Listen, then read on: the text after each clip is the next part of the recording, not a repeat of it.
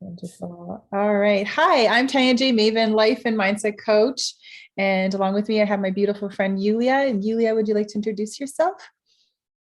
Hi, I'm Yulia Rudko, and I'm a yoga therapist and a yoga teacher focusing on trauma healing and anything to do with trauma resolution, and also pelvic floor and core restoration and somatic work. Yes. Yulia has such a beautiful, well-rounded toolbox to work with. And like always, I think I don't know if I've ever known you to not be in some sort of course or program or workshop. Yep. Yeah. This is partially how we connect too, because I'm love learning as well. So this was actually part of what brought forth even this conversation, is because we love to learn, we love to discuss it, and we love to like dissect different ideas. And a lot of times afterwards, we are like, we should have recorded that. That was so good, or somebody else might get some benefit from this, right? And so here we are. We figured, you know what? Let's actually. There's a topic that came to mind that I wanted to discuss more with Yulia, but we thought, you know what, let's do this live and capture some insights that we might have and be able to share. Mm-hmm. Yeah. You excited, Yulia? I'm totally excited. That's the thing, right? Every time we talk, and then we need to hang up, but we still have other avenues to explore in those topics. So this is so exciting that we're doing this. Yeah, I'm excited too. Okay, cool. So today our topic is, do I need to know the root of the problem before I can move forward? So for me, being a life and mindset coach, one of the things that I love to dive into is belief systems. Like, what is the root of this? What's the belief system of this? I'm also a hypnotherapist, so I like to like reprogram things in our mind. And it's something I've really been sitting with lately. Do we need to know the root of the issue, the problem, in order to truly move forward? So I have some thoughts on it, but I'm wondering if I should share my thoughts first, or if you want to share your thoughts first, Yulia, because you may have a very different stance on it with your trauma informed background, right? Mm-hmm. Well, that's also a topic that I would kind of myself think about, because, in my own healing journey, especially when you are, and a lot of us people mind oriented, we think we will just figure it all out by thinking. Oh my goodness, I remember many years back, probably like 15 years back, I thought, well, I'm smart, I'll figure it out, certain things and I ended up being just more in a cyclical pattern of thinking, and I actually did need to resolve. I did need feel the freedom in the body or peace in my heart and mind. So yeah, I've been thinking about it too, because some therapists, they're focusing, well, let's find out where did this pattern come from. And some therapists really delve into that, like, is it in childhood, or is it this certain event that created it? And sometimes in those situations, people can't unravel where certain patterns showed up from, and can we heal without it? Is there a need actually to find out the root, or can we heal it? And I don't even know if there is a clear answer. Probably for some people, something will ignite and it will be like, oh, this realization. Okay, this is where it came from. And maybe they will have then release, but maybe not necessarily. It might be locked in the body that is still knowing where it came from, might not release it. So it's kind of a topic that like I said, I can sit with it for a long time and look at different situations, but I'm not sure if there is like, clear answer. Yeah, and I really agree with that. And for one, I want to just say one thing that what you commented on is when you said like locked in the body. So sometimes even if our mind knows, does that give us the immediate, oh, okay, cool, now I'm back to peace again, right? So sometimes our mind can know something and it can help dissolve it. Absolutely. I've been there. I've helped clients get there. And other times it's more, or it's still, like you said, locked in the body. So I find that I feel like that's really a good point to point out. You know? And then I know you have some beautiful tools that you use and stuff to get things moving through the body. And that's actually the direction that I was feeling in too, is because like I said, this last year, or this year, this 2021 that we're in, I've really been focusing on my next level self. So with that, I've been looking at like, who am I now? Who is my next level self? So the next level self being that you inside of you that is like one level above from where you are now. So she's not 5 years from now, 1 year from now, or 10 years from now. She's you one level above where you are now. She has maybe some habits, ingrained better, or different things like that. Whoever your next level self is, that energy that she has, she's just that one level above you. And so I've been really connecting to that. And what's that has done for me is it's been taking me, I want to say, kind of on this effortless journey forward in my life. And I haven't had to always know the why or the how. And probably the first time in a decade. Because before I was like, oh, there's something blocking me. What is that? Where does it stem from? What's coming up for me? And then I would go down this like rabbit hole, if you will, to discover, because then I wanted to come out emerged, right? And I did sometimes. It's not that it's not valuable to do that, because I absolutely think sometimes we do need to know the why, know the root, and dissolve it. I think there's a lot of value with that. Yet to my surprise, I didn't anticipate this to happen with connecting to my next level self. It's been naturally pulling me forward. And so I've naturally been taking literal steps, literally, I can't even say that word right now, steps forward, right? And that action piece is what I'm feeling. So when you were saying like trapped in your body, it's the action piece of just doing something, even if I don't have all the answers, even if I don't know where it's from, even if I don't know the root, or if I haven't, spent X amount of hours meditating on it and what have you. It's just taking that action anyways, because I know where I want to go and I know who I want to be. So that action is starting to shift things inside of me with, in a sense, effortlessly. Does that make sense to you? It doesn't. And also while you were talking, two things came up.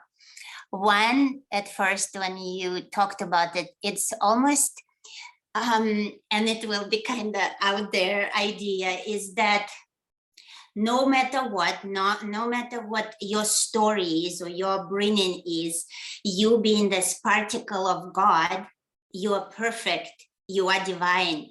And it's like, oh yeah, we can hang all those burdens or stories on us, but they're just like, they're not you. So when you connect to your divine essence, it's almost like, well, that doesn't matter. And you're connecting to that higher self, that what you call a next level self. What is that highest being of myself is? Yeah. And then regardless of stories and hang-ups, you are connected to the divine thread. And like you can see when I'm talking, so there's so much energy right now flowing again. So that came up first. And then the other grounded thought showed up is that when you said about action, taking steps. So when we look at our neurobiology and our brain, the dopamine release, and it's what you are saying is that when we take action, we actually have dopamine release. It's kind of, we can play with what's called top-down or down-up approach. So if you start moving, you will create more of the release. Or if you have more dopamine, you will be more active, you will be more confident, you will step into things that you want to step in. So you took that approach intuitively. I will move, I will act. And then through that, it creates that loop of, yes, I can move, and I created this. And then from there, the confidence goes, yeah, I'm capable. I can do more. I can do better, like that kind of stuff. So those two things showed up. Absolutely. I agree with that. And that's how we naturally start to effortlessly shift our mindset.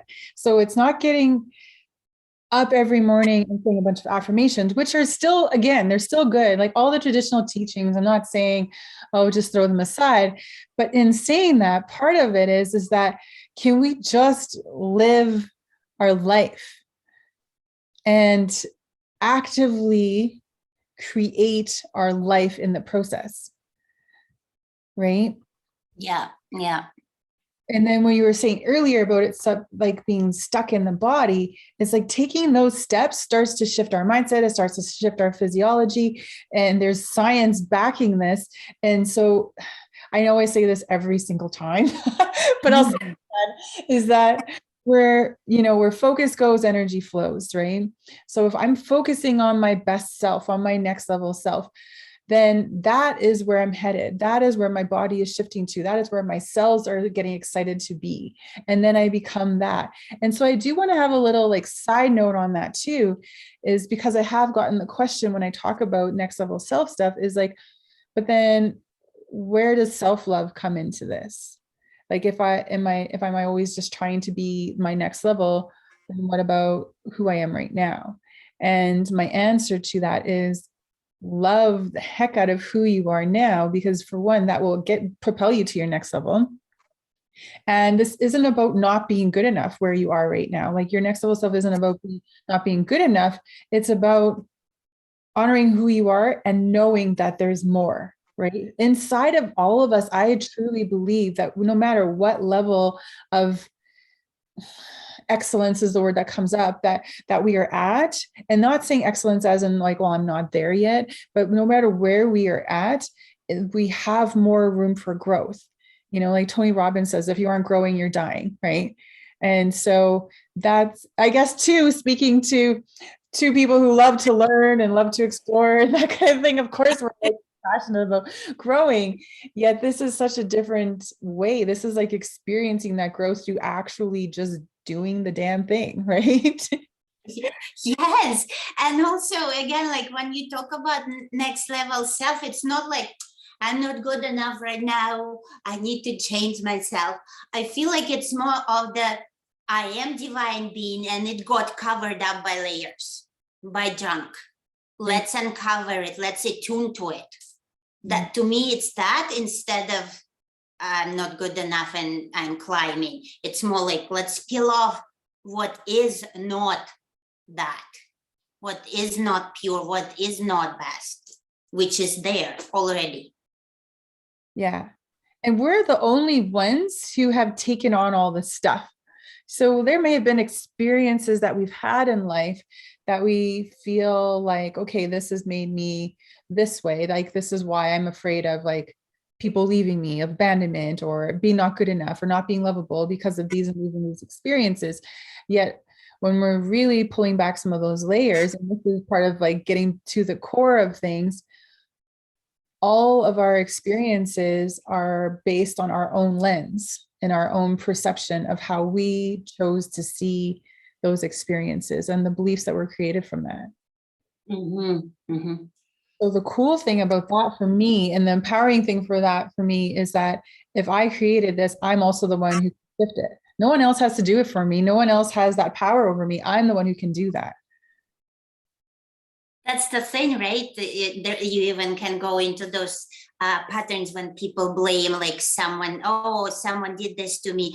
And then like, where is that person? Oh, they did. Oh, okay. So you're still blaming what's going on in your life to a person who is not even on this plane anymore. Like that, being stuck there and having that as a reason for your unhappiness for the rest of your life. Well, then it feels like you just don't take responsibility for what you can do. Yeah. Like, I feel like we're such a powerful beings that you see it, how many examples in life. people put their mind to something. Maybe there was absolutely not a background that could have helped them, not maybe monetary help that could have made it happen, and it happens. So yeah, I just love empowering people. Like when I hear this, I can't, it's like, no. We don't need to go there. What can you? Yeah. Like even the littlest thing. And how about the brightest parts of you? What do you appreciate yourself? And how about remember the steps you took and created something? Mm-hmm. So, you know, with that, I think that in all fairness, a lot of people just don't know and haven't learned that you can do that, right? I think a lot, like, for example, I think a lot of us have learned that, you know, I think even when we're kids, right? Your friend or your cousin wrongs you. And the first thing mom does is takes the other kid over and says, now you say sorry to Yulia, right? And then the kid says sorry, and now we can make it all better because they said they were sorry. But then as adults, we come into this, or even in, you know, like in our youth, we come into this and we say, well, so-and-so didn't say they were sorry, so we can't make it all better because they didn't even apologize. They're not even, you know, remorseful of what happened. And so how am I to move on, right? So we've given that power away to the other person because they're supposed to say they're sorry. That person may not be sorry. They may not be remorseful. And because of their own lens, like, I didn't do anything wrong, or they don't even know, right? Half the time, how much they've impacted you. And so I think that in a sense, we've learned that that's what we need to do, but forgiveness is not about the other person. And when we truly learn that forgiveness is about us setting ourselves free, like, I forgive you for this or that if I feel like I need forgiveness, because I don't want to be chained to this, whatever it is, anymore. And I think a lot of people don't know that. That it's for yourself. You're not even like, oh, I sitting on a high chair, I will forgive that person. You're not doing it for the other person. You're doing it for yourself, that you could be free of this. Yeah, exactly. I mean, that's a whole different conversation where boundaries, all that kind of stuff kind of rolls in there. But in saying that, I feel like that's important to know that, like, I think a lot of people don't know. And that's because of how we've been raised, you know, how society said, well, this person has to apologize, or if they don't, that means XYZ, they don't love you, you're not good enough, this and that. And then we start taking on that belief system. If I was a more important, or not, like, if they valued me enough in their life, they wouldn't be treating me this way. And so maybe I've noticed this with someone else, and now I all of a sudden have these, you know, examples of evidence of how I'm not good enough, right? So then we start to anchor to that instead of being able to say, what is really my truth here, right? That's what I'm thinking too when you were talking about childhood and something happens. A lot of times we as children, just being so innocent, we take on very personally the things that happen. And because I think when we're children, world kind of is smaller and it revolves around us. We think that it's just around us. So we take on those things very personally when there might be absolutely a situation or a person who seemingly hurt us. They might have had a horrible experience in their life, and they might be either unaware or even not equipped to deal with you or with situations. So we take on those hurts. But sometimes what happens is that we carry on because they get ingrained as those beliefs. It's not anymore like a thought or opinion. It's like this firm belief that I am unlovable or I'm screwed up, and then we carry it on. And unless there is either some kind of catalyst in terms of like other person shows up in your life, or some situation where you feel like I will not go on like this, you don't examine them. And I feel like when something that pushes us to examine, is that true? Like even that thing that mom said, you should do like this. is that true? Yeah. And sometimes you'll find that it's not your truth at all, but you need to actually take time and to look at it. Yeah. And again, that's coming back to how the body is feeling, right? What is our body saying? What is the messages that we're getting through, the tightening of the gut or the racing of the heart or the just all that inside you saying, no, this isn't for me. And in even with stepping into taking action, there might, I guess we should differentiate a little bit with that. With taking action, there'll be times of like, I don't think I can do this. And your body's like, let's not do this because we want to stay safe, right? And so, yet in saying that, like, I guess it takes me back to hiking. So this year I've been doing, as you know, a lot more hiking. And one of the trails that we did was the Crip Lake Trail. And I think altogether, when we were done, it was like close to 24K because we went around the lake and all this kind of stuff, blah, blah, blah. Anyways, we get to this certain point and you have to go on this ledge, and the ledge literally, to me, felt like it was like 1 foot wide. I don't actually much more than that, and especially in some areas.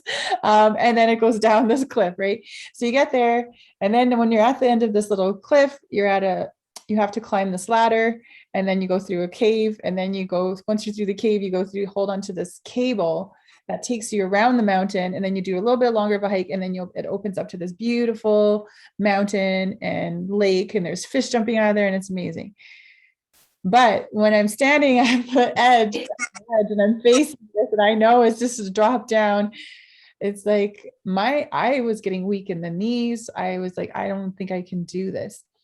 My body was saying, no, like, let's stay safe. Let's not do this, right? And so, but that's part of the old programming for me as well. And my next level self was like, we embrace more adventure. We do these things. We step into courage, even when things are scary. We step onto stage and speak when it's scary, that type of thing, right? And so ultimately, that's where it's like trusting and connecting to that courageous self of our next level self, the person that we know we are and that we can become if we just take that first step, right?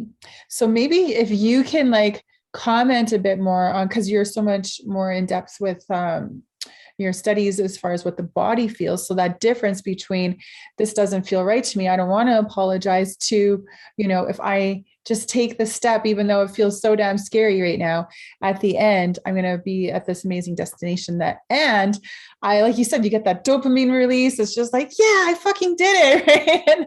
And it just feels so good. So yeah, if you can comment on that more. What's coming up is I think it's really important to have support system, like these little reminders, how you said, we actually like it.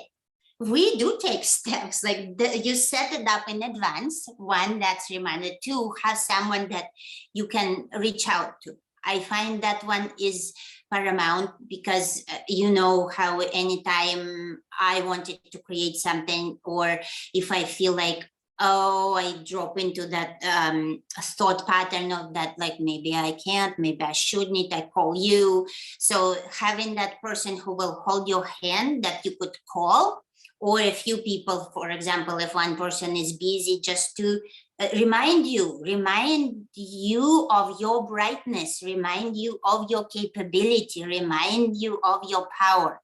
So someone that will cheer you on, or remind you like, hey, do you remember you've done this and you're afraid of this? Like that would be a good one. And then also I feel like, even because visualization is very big, taking steps even in the mind, like for example, I'm not saying you needed to do this, but for example, before going to that hike, if you really are afraid of the hike, you could be looking at the picture, finding on a computer image, and just seeing what is it like, and closing eyes and even taking the steps on that ledge and seeing yourself taking steps successfully, easily, and you're on the other side. And even somatically, not only to visualize, but close eyes and walk along the floor in your house where it's clear, and take the steps and confirm to yourself, my feet are steady, my legs are steady. Even doing that, that's the somatic, when you involve the body in that process. It's for someone would be helpful. You did it without that, but you had your other support prepared in advance. We like it. We do this. Yeah, absolutely. And as you're saying that too, I was thinking how even my partner who I was with was just like, you got this, like, and like, I'm proud of you. And it's just like, I do got this, And so absolutely having that extra support system of the person like cheering you on, or like, if you need anything, like, I'm here kind of thing, right? And like, so yeah, I think that is really valuable as well. And I think that also for when we are facing different things in life, choosing the right people to support you. So one of your besties might just be there just to tell you what you want to hear, right? And that's where I agree, where having like a mentor or a coach or, can be so beneficial, because they're not going to just tell you what you want to hear, but also help you see like the root and the truth of it without even having to always deep dive into the root of things, but, being really able to ask questions back that you can get your own inner wisdom as well. Exactly. Yeah. Yes, the questions I find most valuable, because you're not giving anyone an answer that you think is the correct one. When you ask, when we guide people in terms of you find your truth. And once that's there, no one can take it away. Yeah, exactly. Because it's your deeper knowledge, your deeper wisdom answered your own questions. And that's something that for myself as a life coach, that is something that I've done quite a bit.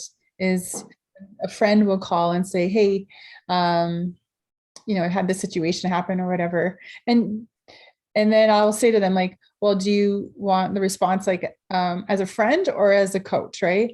And because those responses are very different. So as a friend, it's like, well, you know what, your husband or your partner is just being an ass. Like, why is he doing that? Right? Whereas a coach, okay, let's look at this. And then you kind of have a different approach. You ask different questions, and be able to see different perspectives, whereas the friend hat is, I've got your back, like, I'm your ride or die, do you need me to pick you up, like, what do you need? Right? It's a very different approach, and still sometimes that's exactly what we need, is just someone to hear us and like, pat our back and say, yeah, you're doing the right thing. But being able to find that from your internal wisdom and bring that out is so very valuable as well. What also coming up for me about this topic, about do we need to necessarily know the root? In a lot of events that are traumatizing, people actually, it's a survival mechanism of our body, of our brain, is to erase the memory. So you hear that people actually do not remember what happened to them. So how, like, can you say then because they can't remember, they have no access to healing? Well, I don't even want to take on that belief. Yeah. So like, I don't even want to work with that way of thinking. No, we can heal. And that's when I think the most important part comes, is looking at the body. What is body showing? And a lot of times there will be patterns, like once I worked with a person who had this jerky movement, and it wouldn't just go away. And if I asked a person, do you know, like, are you trying to hit someone? Are you trying to move away? They don't. A lot of times person won't know. They would be like, I don't know, I just have it.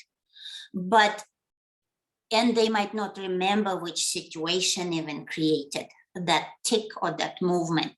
And if you work with that movement, but you make a person to focus on it, become conscious, that it's not an unconscious a kind of funky movement, but conscious and slow it down. Just through that process, it releases. And they didn't go into story when, for example, maybe something was moving at them and they needed to protect themselves.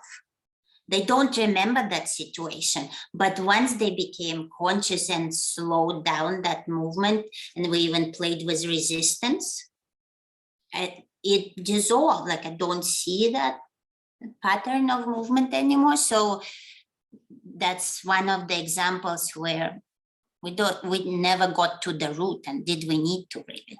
Yeah. And I think it comes back to similar to what you were saying with the support thing, is that we all want to be heard, and Yeah. so with that, it's like the body's way of being heard, where it's like, we don't really need to know. We just need to know that it's here. And now that it's here and we're acknowledging it and giving it a space to be witnessed, that's where that shift can happen. Right? Yeah. And not making it to be pathologizing, that something is wrong with you, not making it that. And how many of us, and I definitely know I have struggled with this too, about that something is like, something's wrong or I'm not good enough. Have been huge beliefs in my lifetime, and when I connect to my next level self, there's no space for that, because I'm not focusing on, not being enough. I'm loving who I am right now, and I'm evolving and growing. And that's my focus. So it naturally is pulling me into that direction. The thought of not being enough it's just not even there. That mindset is totally shifting. Well, it's almost like coming back to that again. I'm like, when you observe little munchkins, little babies, right? They're chubby and they like have no teeth, and they think they're the greatest thing in the world. Like, that's our confidence right there that we are born with, until it gets kind of ingrained with people. Don't be that, don't do that, don't look like that, don't dress like that. All of this stuff comes. I love that too, because I feel like I've been thinking about that as well, about creating confidence. And it's like, I don't even think we need to create confidence. We are naturally born with that confidence, right?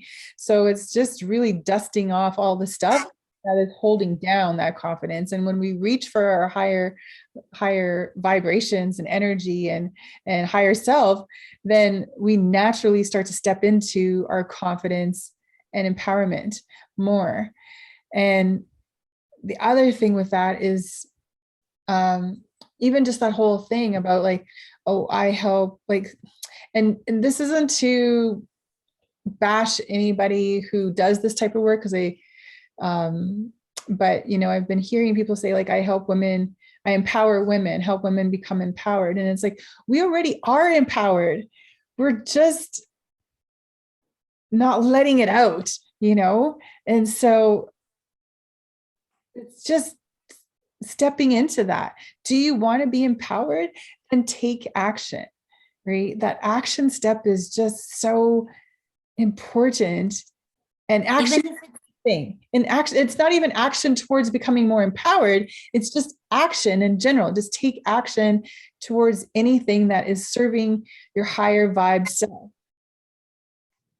Even if it's little, like, to remember that image that we both appreciated, little steps versus like big steps. And it's like, even if it's tiny.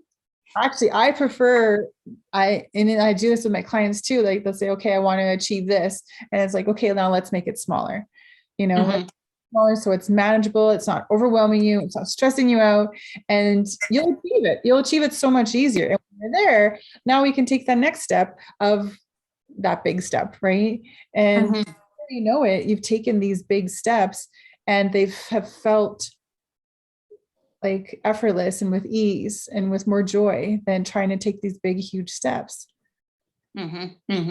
Well, and also, in our culture, not celebrating the achievements, I think that's a big one too, is that we just keep going, and never acknowledging, hey, I've achieved it. Hey, I've done this. Like, I think that has to be this relearning on a societal level of, yeah, look, I'm awesome. I've done this. And even just saying this, even just me right now for a few seconds, I can feel better.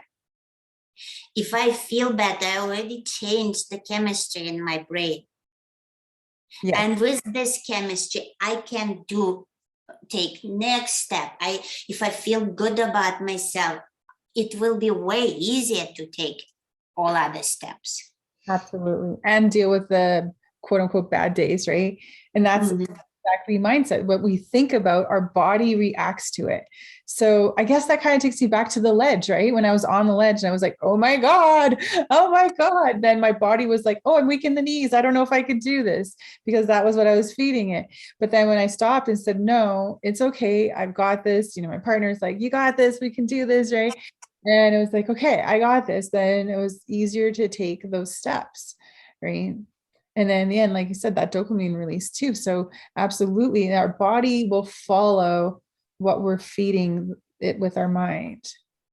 Our mind is so strong. And they say like we operate from our 6-year-old self.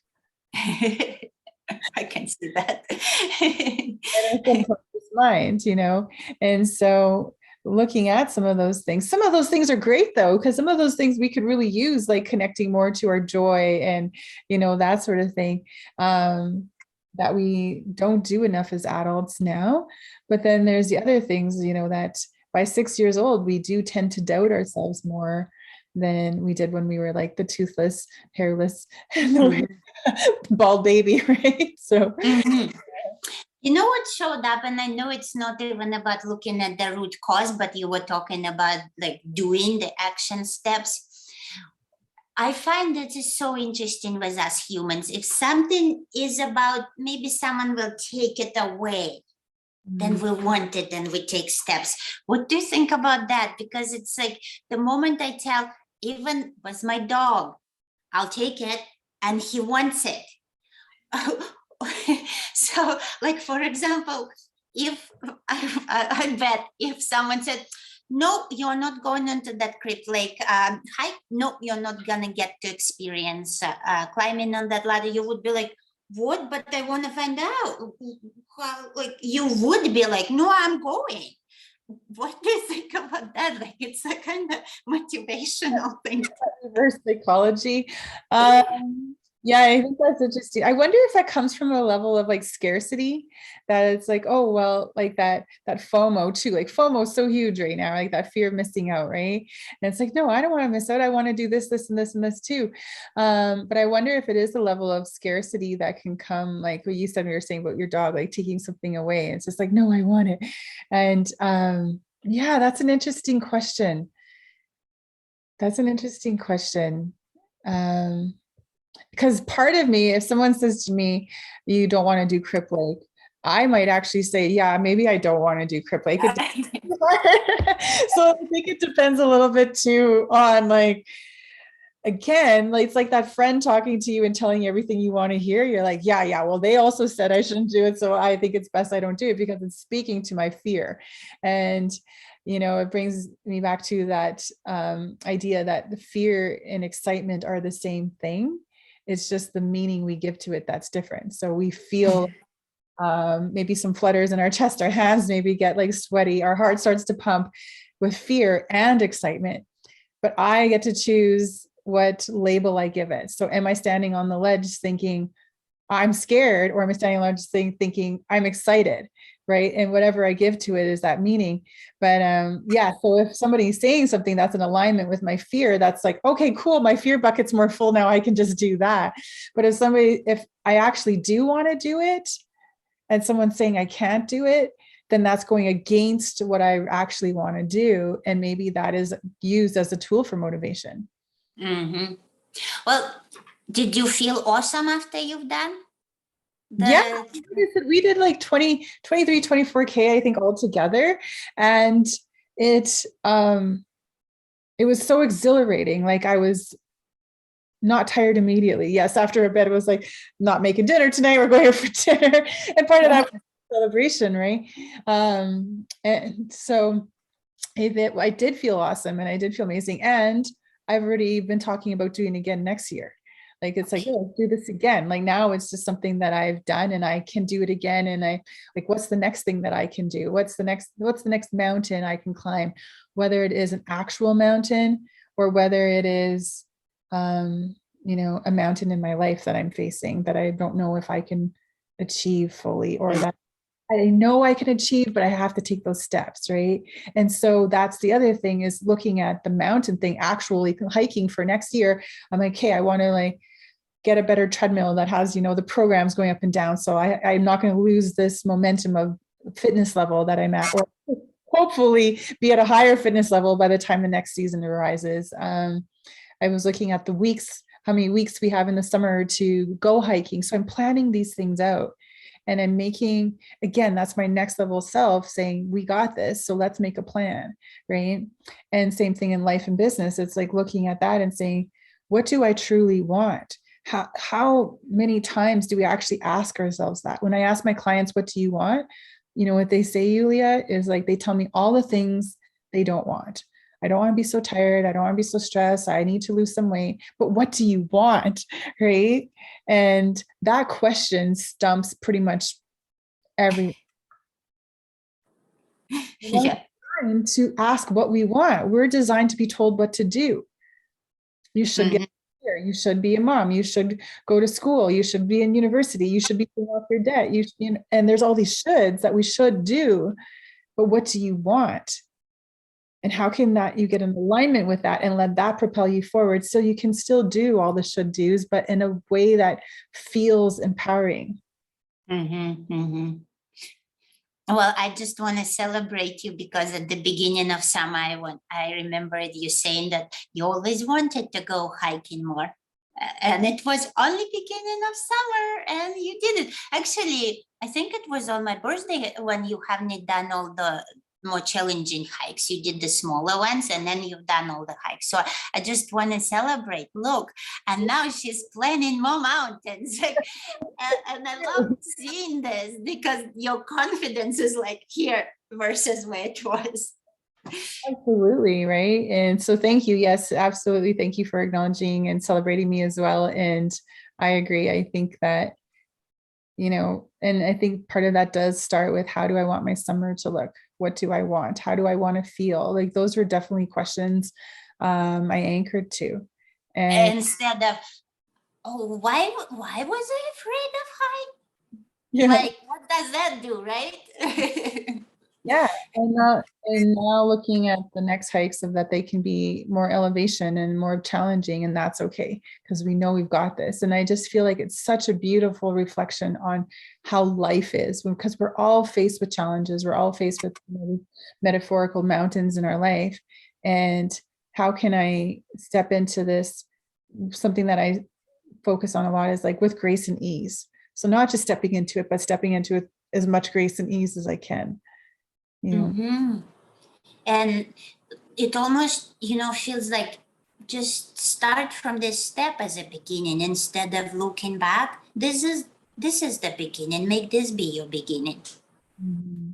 Yeah. And grow your steps and your confidence from these steps. This one. Yeah. So to come back to, do we need to get to the root of the problem in order to move forward?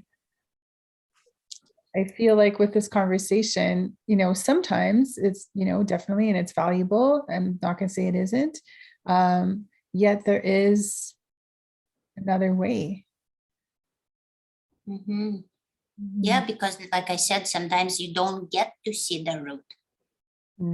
Some people get to see the root, but even when they see how much of the therapy can be like, yeah, that's where it came from, but is your body free?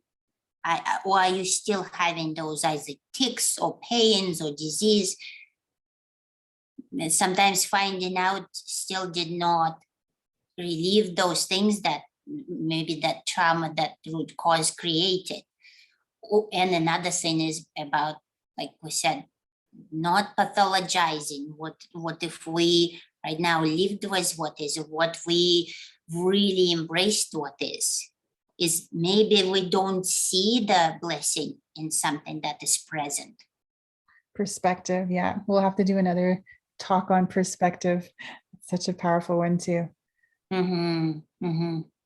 Well, I just love see how well this conversation went. I love it. I hope everybody who gets to watch it or listen to it will enjoy it as much as I did, and you did, I believe, as well, of being able to connect and share this message. So if anybody has any questions or comments, they can definitely bring it forward and send us a message or any feedback or any topics that they would like for us to talk about. So, oh yeah, that would be awesome. Like the topics. Yeah, I love that idea.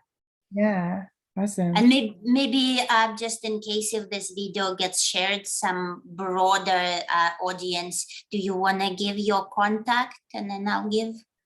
Yeah, so my name is Tania J. Maven, and my website is taniajmaven.com.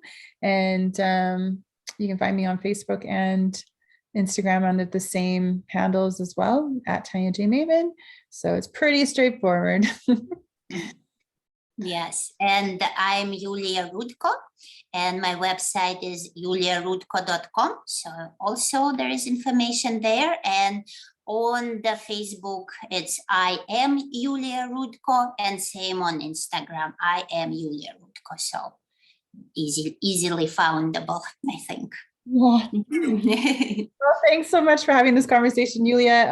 I know, like I said, I wanted to chat with you about it, and so I'm glad we got to do that, and always appreciate your time and your insights and your wisdom. So thank you very much.